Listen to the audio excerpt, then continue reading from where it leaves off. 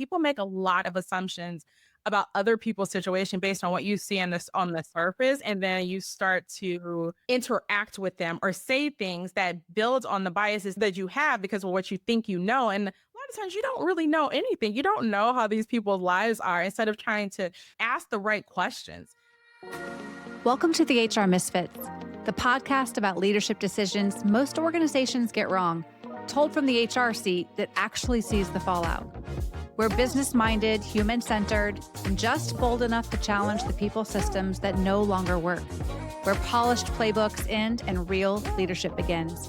We're the HR leaders who've been in the room when things get messy, political, or uncomfortable, leading with heart, grit, and a little bit of sass.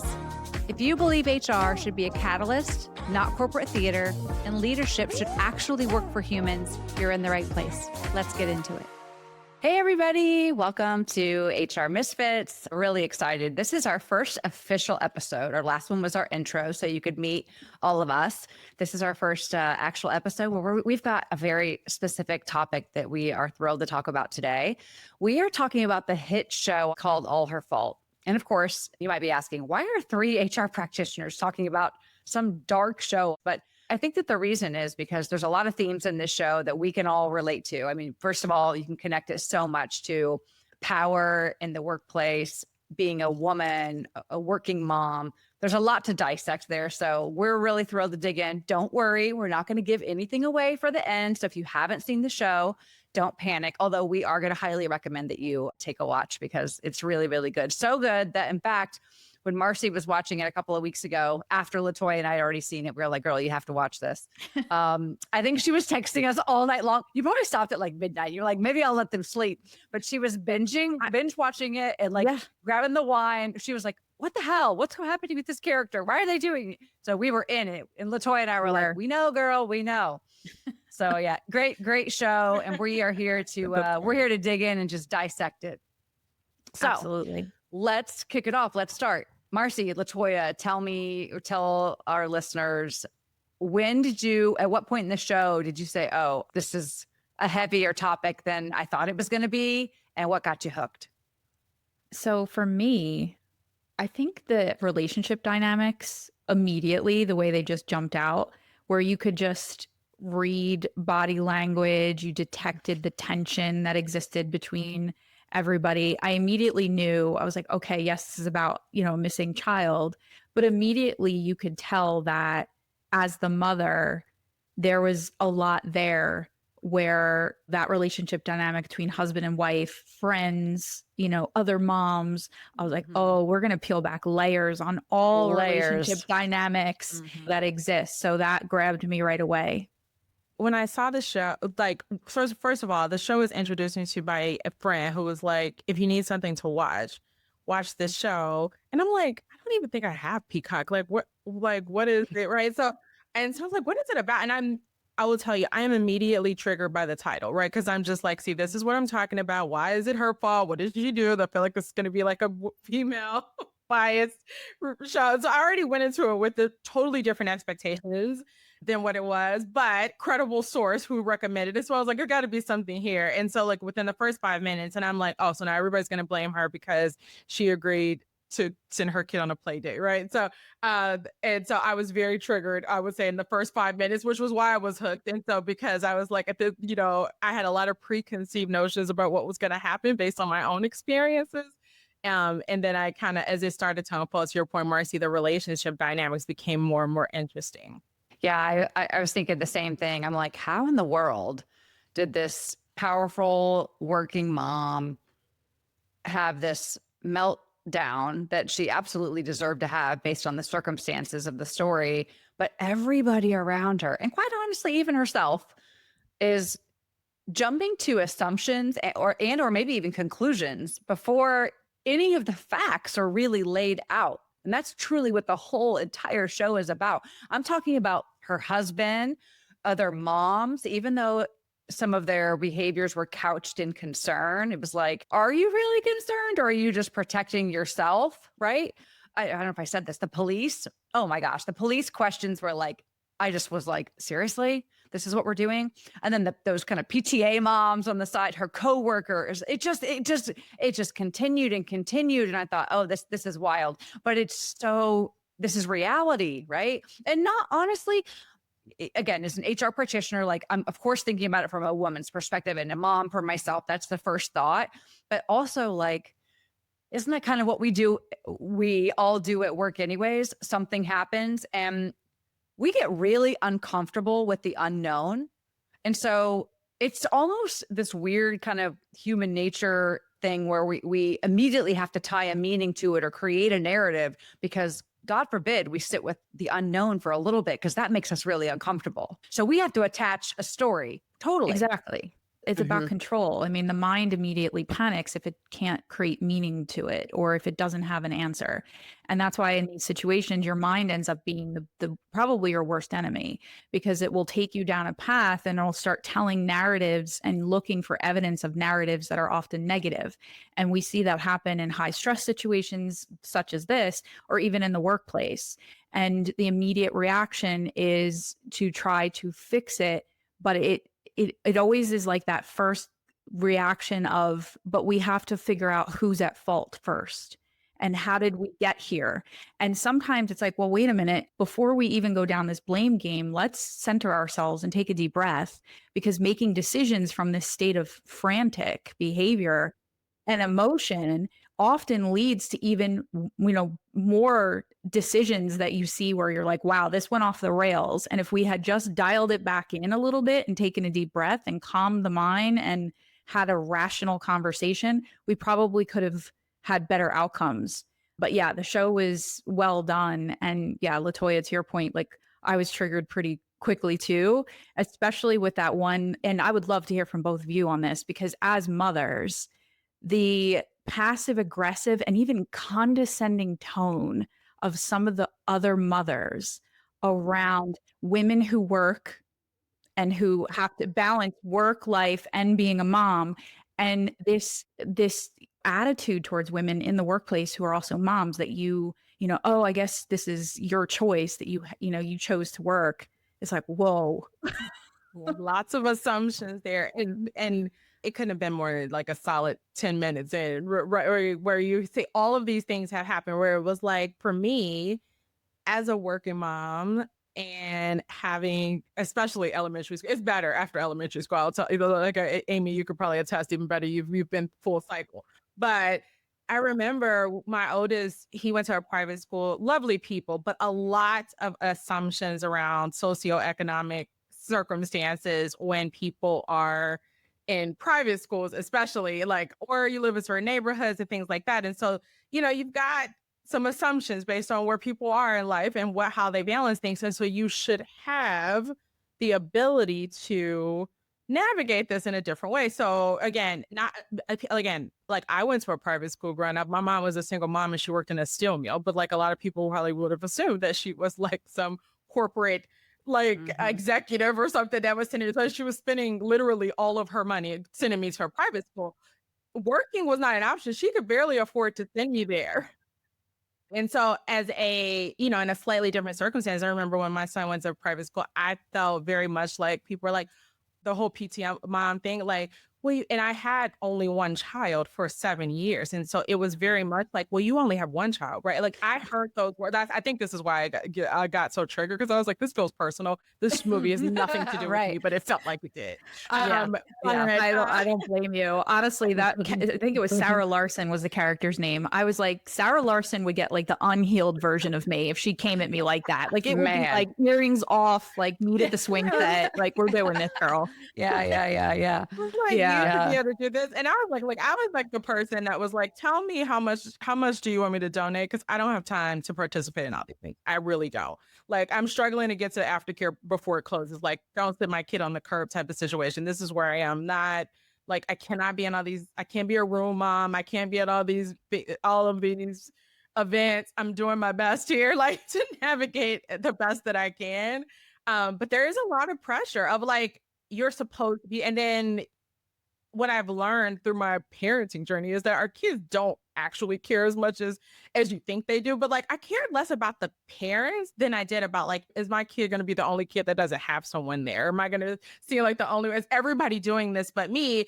And I think what I loved about this is because it did show it in different scenarios. Like, I mean, you look at the neighborhood, it looked like, okay, this is a very like upper, maybe probably upper middle class, working class people, but there were various different situations. There were people that could afford a nanny. There were one parent households. There were two parent there were all these dynamics, and there were some clear biases and assumptions about what that looked like from different angles. But I think as the show unpacks, you start to see literally behind the closed doors of all of these different households. And I think this is a good reminder. People make a lot of assumptions about other people's situation based on what you see on the surface, and then you start to interact with them or say things that build on the biases that you think that you have because of what you think you know. And a lot of times you don't really know anything. You don't know how these people's lives are. Instead of trying to your point earlier, and ask the right questions and get to know people, people make assumptions and then tell you what you can or cannot do.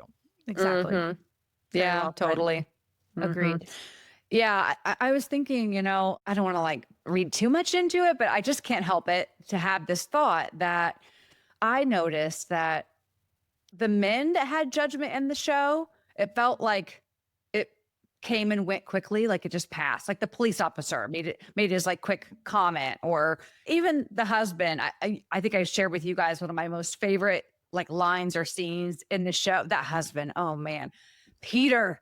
What are we going to do with you, Peter? Anyways, at one point he's like laying in bed with his wife and he looks at her and he's like, you just do it all. You are so, I don't know how you do it. You're so amazing. And then like, there's another scene where she's like in a bathroom with a friend or another woman. And she's like, I'm so fucking tired of being amazing. Like, I just want a little bit of help, And I'm like, man, amen. Like, but I think too, like, but his intention was actually, I felt like his intention was pure. He really was saying, you're amazing, and even the police officer, even though some of those police said some crazy things to her, like, I think it came and went. But for women, man, we hold on to it. We take it everywhere with us. We're going to have a thought or maybe even make a comment to you. And then that assumption is ingrained in our mind. And I don't know that you'll ever get out of it. Like, why are women so, and it's the same in the workplace. I have experienced this in the workplace. My hardest, I think, judgments have been from women in the workplace, not men. And why I'd love to solve that, because I feel like that creates so many issues for women. And we already have it hard enough. Think about it. Like I'll personalize this a bit. I remember when I first took an executive HR job, there was another executive, guy that worked there, and he had a bunch of kids, more kids than I had, which I was like, I had 4 at the time. So I'm like, this feels like a lot. But I remember there'd be times where he couldn't attend, like a dinner or, a function after work. And I was not missing those. Like if your executive team is heading out, I'm there. Like, I don't care. Kids eat graham crackers and bacon for dinner. I don't care what you do. I'm not missing this executive meeting at dinner because I understand the importance of me being there and being present. He understood it too, but in my mind, he had a pass if he didn't attend. Like, even if it was for the exact same reasons that I might not attend sometime. Now, did anybody say that to me? Of course not. But it was in my mind, I was putting like a value on that, right? And so again, I think it's partly like the other people's judgment. It's partly our own like insecurities of being judged in the workplace. Nobody said, Amy, you have to be at every single one of these. Nobody ever said that. In fact, I have a wonderful CEO and executive team that is gracious when I need to be more present with kids. If there's something going on, you all know about the health situation one of my kiddos had last year, and I had a lot of support, but man, I can be critical of myself and just be mindful of how I don't want to be perceived. And so I think, I just don't think men deal with that like we do. I just think it's so different. Yeah, it is. It is very different. And I think it's great to call out the fact that a lot of it was also that self-imposed, wow, I'm really putting this on myself. Like, nobody's actually saying that to me. But there is this quiet internal pressure that I think crept up on women. And let's face it, I mean, we've evolved so much over the years. I mean, back when my parents, you think about like my parents when they were younger, like my mom had my brother and I, and she just immediately gave up her career and stayed home to raise us for years. And it was just an assumption that, my dad was the breadwinner and my dad would do that and figure it out. And my mom stayed home with us. And, what's interesting is that at the time, like, of course, cost of living, it was different. Like, you could probably do that. But as we've evolved, like, it became impossible. And then if you were to ask my mom, she would tell you, but quietly behind the scenes, she actually missed it. She missed having something else to do. And her entire identity became, I'm a mom. And meanwhile, she was a brilliant woman who had a lot to offer. I mean, she was always wicked smart.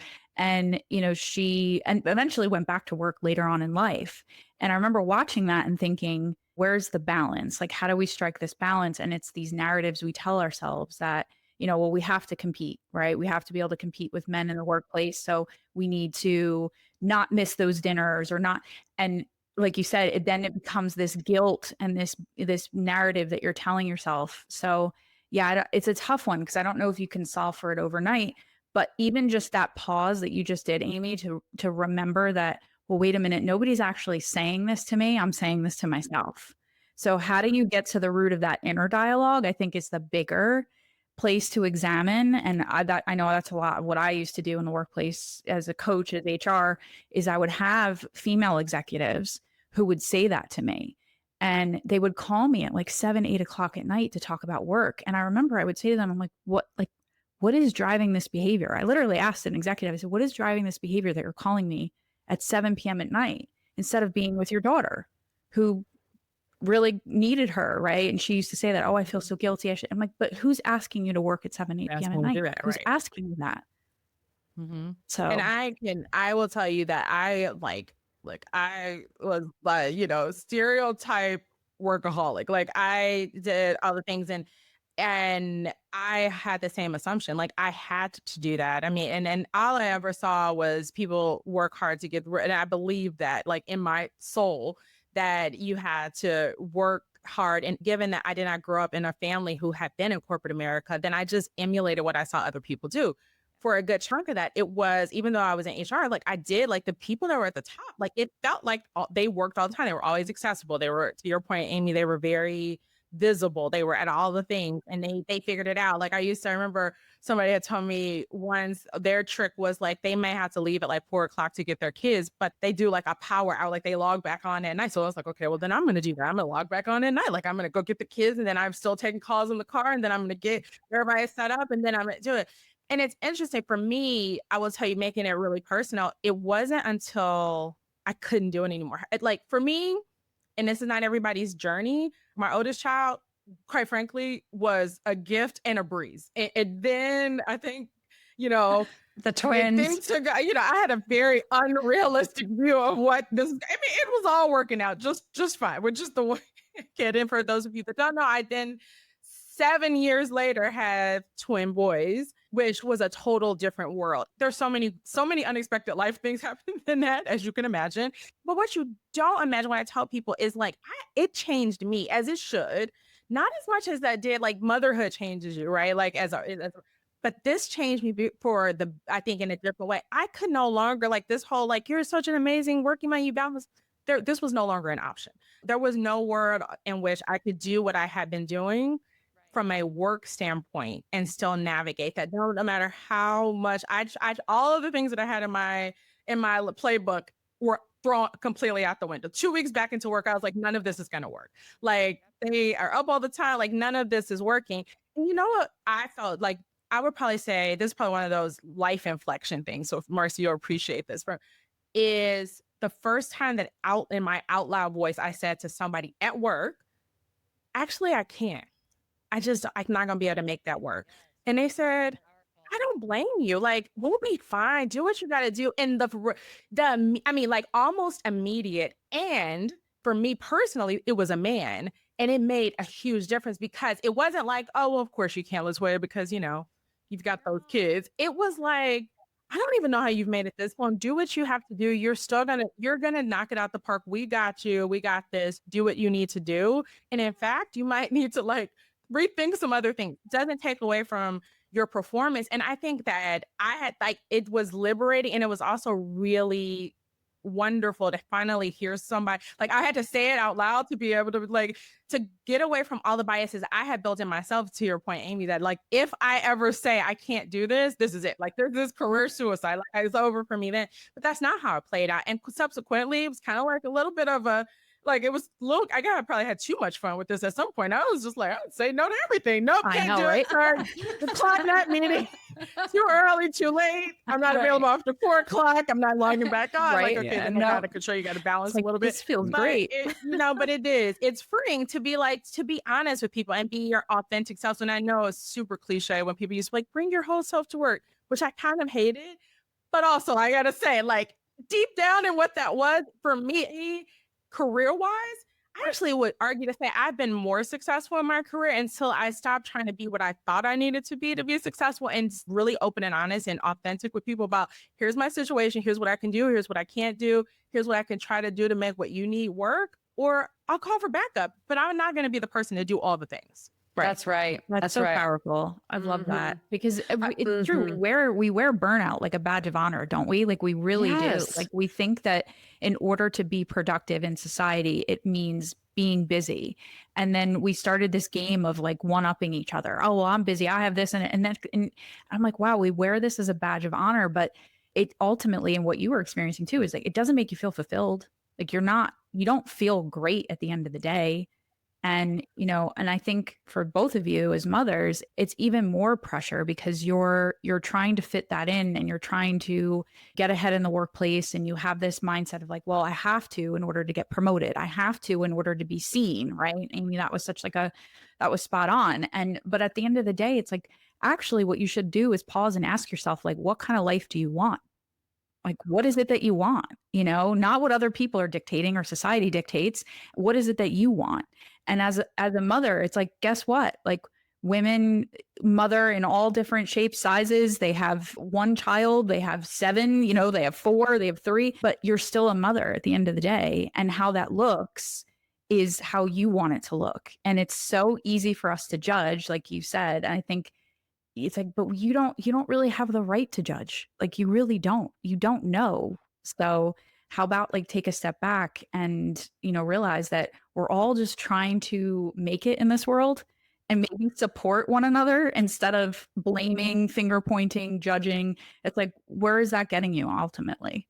And I think that's what's so interesting about this show, All Her Fault, and how we can so easily tie it back to the workplace and, quite frankly, being a working woman, because I feel like motherhood doesn't come with grace. It comes with surveillance. But is that really true? Or is that what I think it has been? And so I have responded to what I thought it was, because the truth is, I've always thought that, you had to do a little bit more as a woman, and then you had to do a little bit more as a working mom. But I didn't have those thoughts because I experienced them myself. I had those thoughts because I guess I just had read about it. I heard about it. I listened to other women talk. And by the way, I'm not saying that those things haven't happened. I completely understand that over the years and over time, women have dealt with a lot in the workplace, especially working moms. And there have been those experiences where someone, man or woman, would say, are you sure you're going to be able to do that? Do that juggle or whatever, right? But I haven't personally ever had anybody say those things to me. And so I haven't experienced that, but I've still thought it. But the truth is, all of that, what I was anticipating as being surveillance, or if Amy one time can't make it to the executive dinner, she's never going to be invited again. That's just not true. It's just not true. I'll tell you, last year when one of my daughters, Cam, was in the hospital, and I might have shared this before with you guys, but I'll never forget, like, being in the hospital. I mean, my kid's really sick. We don't know what's wrong. I'm living there. I'm sleeping on an air mattress on the floor every single night. And I remember working a little bit too while I was there. Not at first, because obviously we were scared, but the longer you're there, I remember working a little bit and my CEO sending me a message or text saying, hey, like, you don't have to work. Like, you're right where you need to be. Your daughter's the most important thing. And of course, in that moment, I was like, not surprised, because this is just who he is and the culture we've built at our company, which I love. But at the same time, I was like, you know what? I'm not doing this. I had to kind of have that conversation with myself. Why am I doing this right now? There's no expectation that I'm like, I have to be working right now. Well, no, not from them. But for me, it was a little bit of, to be honest, just therapy. Like, it's the only thing I had a little bit of, I'm going to use this in quotes, control over. I had zero control over what was happening in that hospital. I needed to feel a little bit of normalcy. So just let me plug in and get some things done that like don't take a lot of emotion, or, they're kind of some things I can just knock off and keep my mind occupied. But never once because I felt pressure from my CEO or even my team or my peers. No one. Everybody was so supportive. But in my mind, I just was like, but is everybody going to be supportive? How long am I going to be here? I don't know. It was that experience that really taught me. And LaToya, you kind of mentioned this, is I stopped at that, after that experience with my daughter in the hospital, I stopped talking about or even believing in this whole concept of work-life balance. There's no such thing. There is work-life prioritization. There are times when I'm 110% locked in at work, most of the time, because I love to work. I'm like you, LaToya, like I get a lot of my self-value and pride through work, and I enjoy that. So I love to work. But there are times, guess what, when your family needs you and you can't be 110% in the office or at work. You need to be prioritizing family at that time. It's taught me that. It doesn't make me less committed or loyal or engaged. This is just life, right? Life is lifing, Life does life. Yeah. Mhm. No, I really, I love all that. I love what you both said, but it's true. And I think I go back to a time when this was years ago. I was a child. Like, my dad traveled. He was constantly busy with work. And I remember they were acquired at the time. The company he worked for was acquired. And so he was told he had to let go his entire team. And it was a terrible conversation, right before the holidays. He had to let go his entire team.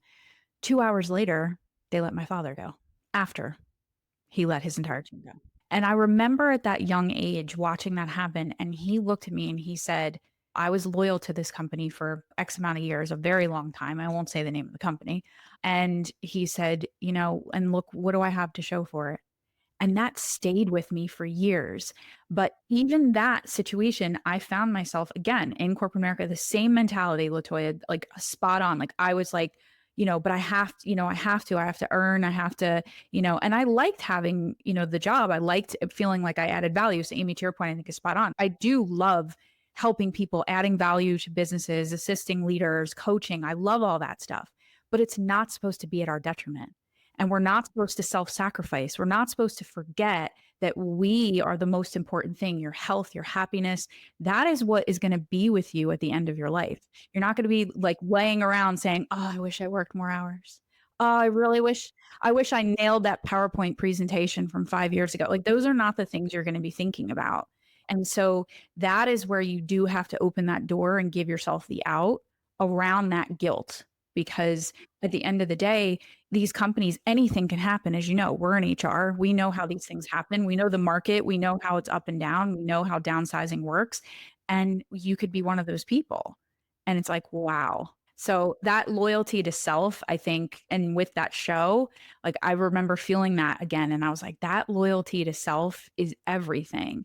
But yeah, it was something else, that show. It really was. The relationship dynamics, all of it. And the husband, so to your point too, but the husband was like, it's so important too to make sure you have the right people around you. It's like, man, when you start to audit your life and realize, I was like, the friendship. Don't marry a Peter. Oh, Peter. I would pile drive Peter through the desk. Like, really, like, he was just. But yeah, it's so true, so surrounding yourself with the right people as well, so that you don't feel like you have those narratives that are to your detriment, is also, I think, an important theme that the show brought out. Yeah, completely agree.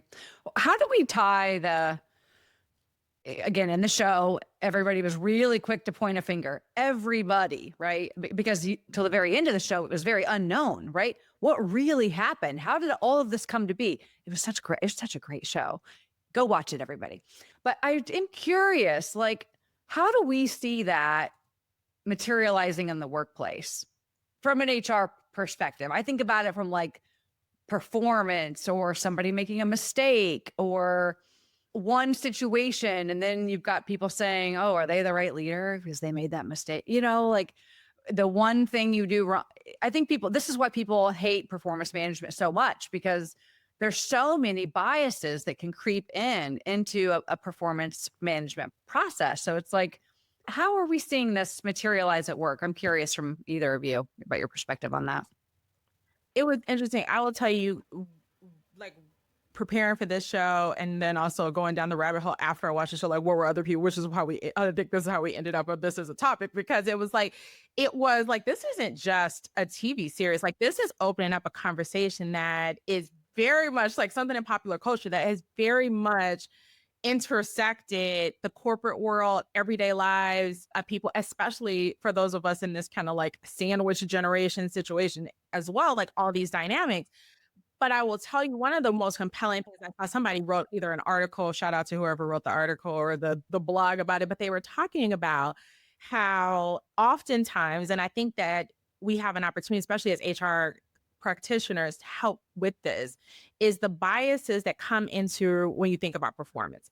It's from a gender perspective. Men are usually assumed to be successful or doing, like, it's like they start like at the whatever achieved is. They've achieved success until they do something, sometimes multiple things, that would then change that perception. Like all of us have probably experienced, was like, you've done multiple things. On the other side of this, and again, I've seen this and I've experienced, I've coached around it, right? Because some of these are, again, these are biases that society, life will bring to you. Doesn't mean that you really believe that.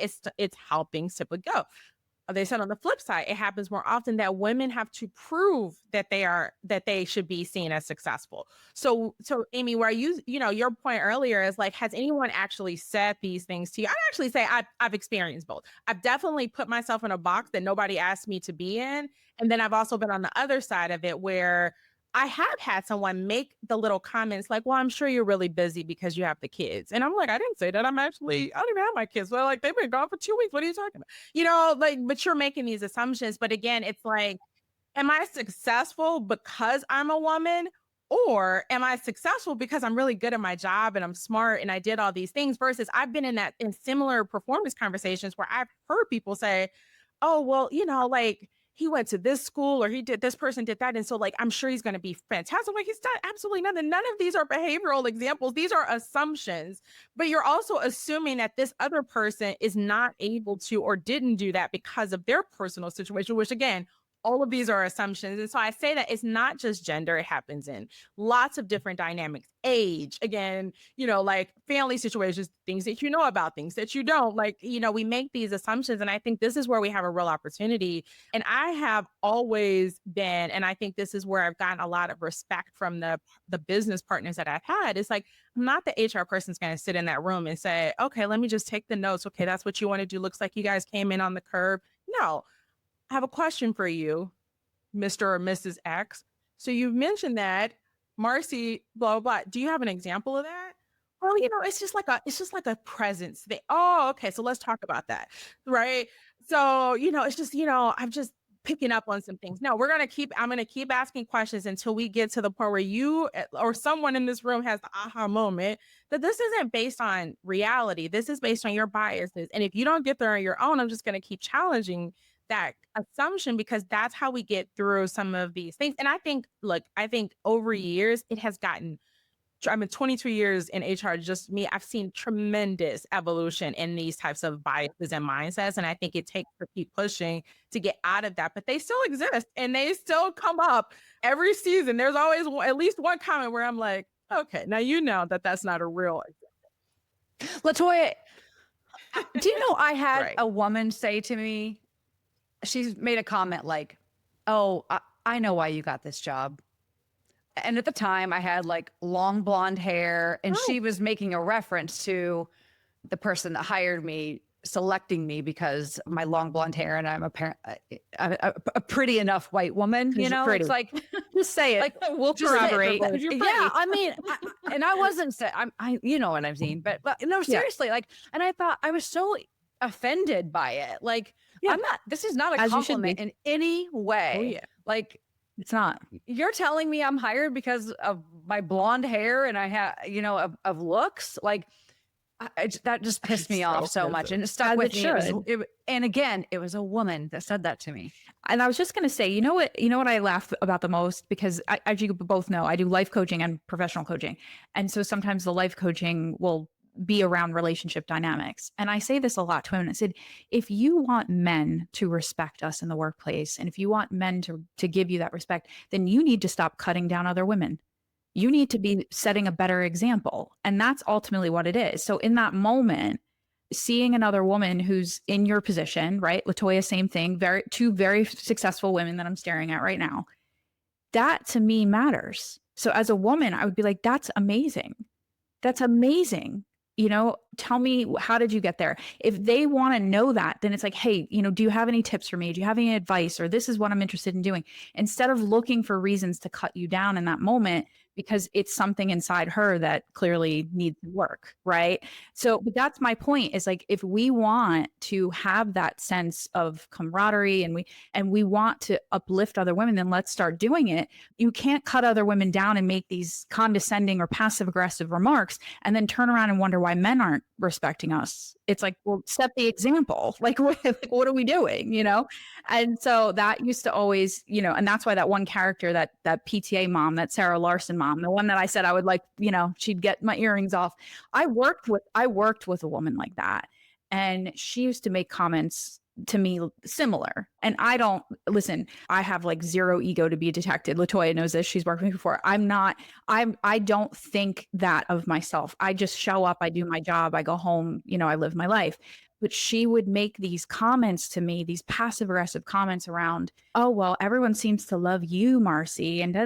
And finally, I remember I took her aside and I was like, we're just going to have a private conversation. Because I'm like you, LaToya, I'm just going to, like, this is why I'm also an HR misfit. Because I'm like, I'm just going to have this direct conversation with you so we can get it all out.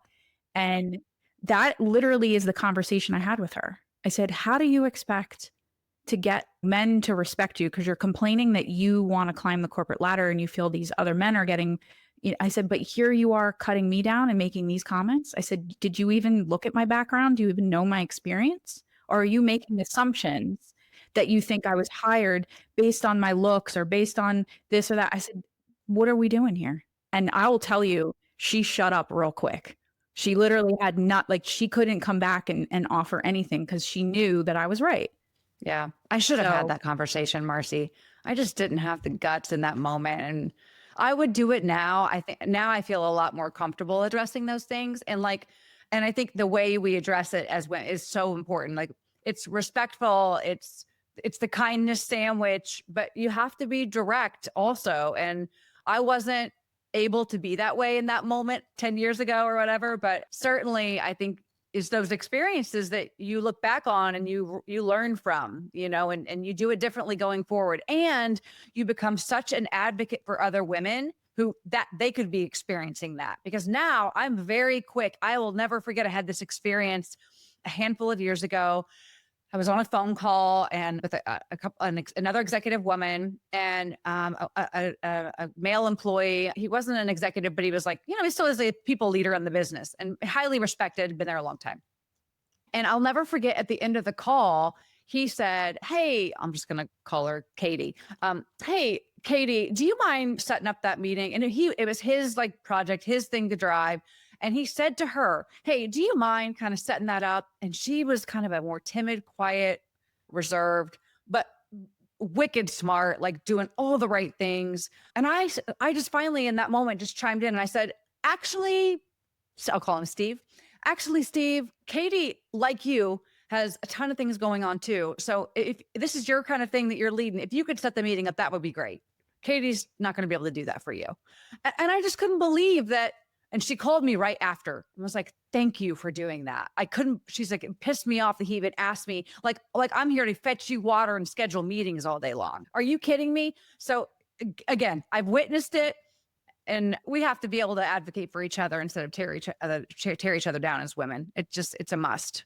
We could go on for hours about this because there's so much like to unpack in this show, but I just really want to encourage everybody to watch and listen and draw your own conclusions about, I mean, of course, what happens at the end, because isn't that what it's all about? But also, I think you will absolutely draw conclusions to how it relates to your life, your workplace. I know the three of us have. We've talked about it quite a bit. And it's just a very meaningful show that, to LaToya's point earlier, it's not just a show, it's bringing about a dialogue that is so important, which is why I'm so glad we're having this as our first kickoff show where we're talking about this series called All Her Fault. It's very good. Any parting words, LaToya or Marci? I think that for HR family out there, male, female, I think that not only from a personal perspective, but from a professional perspective, to some of the points we made, a lot of leadership coaching examples to be taken from this movie. So, if for all intents and purposes, you can consider it like work time. Like, I think you should totally watch this during business hours, but I agree with that. It will take you down a rabbit hole. It's going to be like an 8-hour ordeal, but it really is. Like, there were so many things that I have seen come up, and I now it's been a few weeks since I've seen it, and I saw before the performance cycle, and so I was able to use some of these like examples. But again, I think use it as an opportunity just to kind of like also help people to connect dots that maybe they don't see. Like, again, I think what we all talked about is like there were several characters and circumstances in there that I saw myself in, but I also saw people around me that have been in like different life dynamics. And I think sometimes for people, it's easier to see to instead of just telling people what they need to hear, sometimes they need to see it. And even though this is just quote unquote a fictional story, I don't know if it's that fictional, it's a little bit too close to home in too many different ways, but I'm sure it's based on a lot of experience. But my takeaway for people is to take that lens and use it to draw examples. I mean, I know it's probably been a while since we used videos and things like that to bring our points home, but this might be an opportunity to use this in your coaching conversations with leaders, or how you coach other leaders that you're around to see themselves in some of the circumstances that they may have biases with. I love that. Mm-hmm. Yeah, so spot on. And I know we're going to probably unpack more around the performance conversation, because I know the three of us are very passionate about. That's a future episode for sure. Yeah, absolutely. We have a lot to talk about around that. No, I love that, LaToya. It's so spot on, because I think it's true. It's like those assumptions that get made and the bias that does creep in. And I agree with you. It over the years, like, things really have evolved. I think we've luckily moved in the right direction. But I think that radical candor sometimes is necessary, and I'm not saying, hey, call the person out in a public setting. In fact, I always advise against that. Like, take the person aside, have that. But challenging in the room is such a powerful thing, and it's necessary, because it's not about calling the person out or embarrassing them. It's about making us all better, right? Because I don't know anybody that doesn't or hasn't experienced sometimes where you could potentially have a bias creep in and you catch yourself. You're like, oh, wait a minute, maybe I'm making an assumption. And so none of us are perfect. And I think it's so important and powerful then to have that conversation and not shy away from it, because it makes you better. And it does maybe challenge those assumptions a little bit. And how we show up and how we work together and collaborate with one another is professional, but it's also personal. So we can't forget that. So I loved what this show did. And thank you to both of you for making me binge watch it. And I did sit and watch it all in one setting. And I was like, oh my gosh, I was hooked. And the ending. So highly recommend the show, because just when you think by episode like 5 or 6, I was like, oh, I wonder where this is going. And then I was like, what? Like, it really got crazy towards the end. So yeah, highly recommend. Almost everyone in the show, except for like the older woman at the beginning. No, I think I had her pegged at one point too. Yeah, you did. So no, everyone in the show was a possible suspect as far as everyone for the whole entire show at some point. Agreed. And it kept switching. Like, yes. Oh, no, it's her. Oh, no. Oh, no. Oh, yeah. I couldn't. Yeah. Till the very end. Yeah. I was like, wow, you really don't like anybody. I was like, everyone is. Everyone's a problem. Everyone's a problem. Everyone. That's right. So yeah, it was really well done. So yeah, highly recommend on Peacock. That's great. My parting words, and LaToya and Marci, such great advice. My parting words would be, it can be lonely in HR, particularly the higher you go in HR. So find a person that you trust, a mentor, a friend, a confidant. You don't have to use names and divulge, information that's confidential, of course, but like find that person that you really, really trust and can count on so you can kind of run your own biases by them. Because the truth is we all have them, even us in HR. We might be a little more in tune sometimes with these things so we can check them ourselves, but no one's perfect and we make mistakes, and we need those people to speak truth into our lives too and say, I don't know about that, Amy. And did you think about it from this perspective? Did you do what LaToya said and Marci, and say, well, why? Give me an example. And then you can kind of talk through it. And then it's so helpful to have that person, that sounding board that you really can trust and rely on. So find those people. Those are your people. Thank you for tuning in to the HR Misfits, our very first episode based on the show All Her Fault. We will see you again soon. Bye. Thanks for listening to HR Misfits, where people leadership gets real. If this conversation resonated with you, follow the show and subscribe wherever you watch or listen. And if you're a leader navigating complex, high-stakes people decisions, we're also building the HR Misfits Collective, a place for real counsel, not HR theater. You can find us online at www.thehrmisfits.com.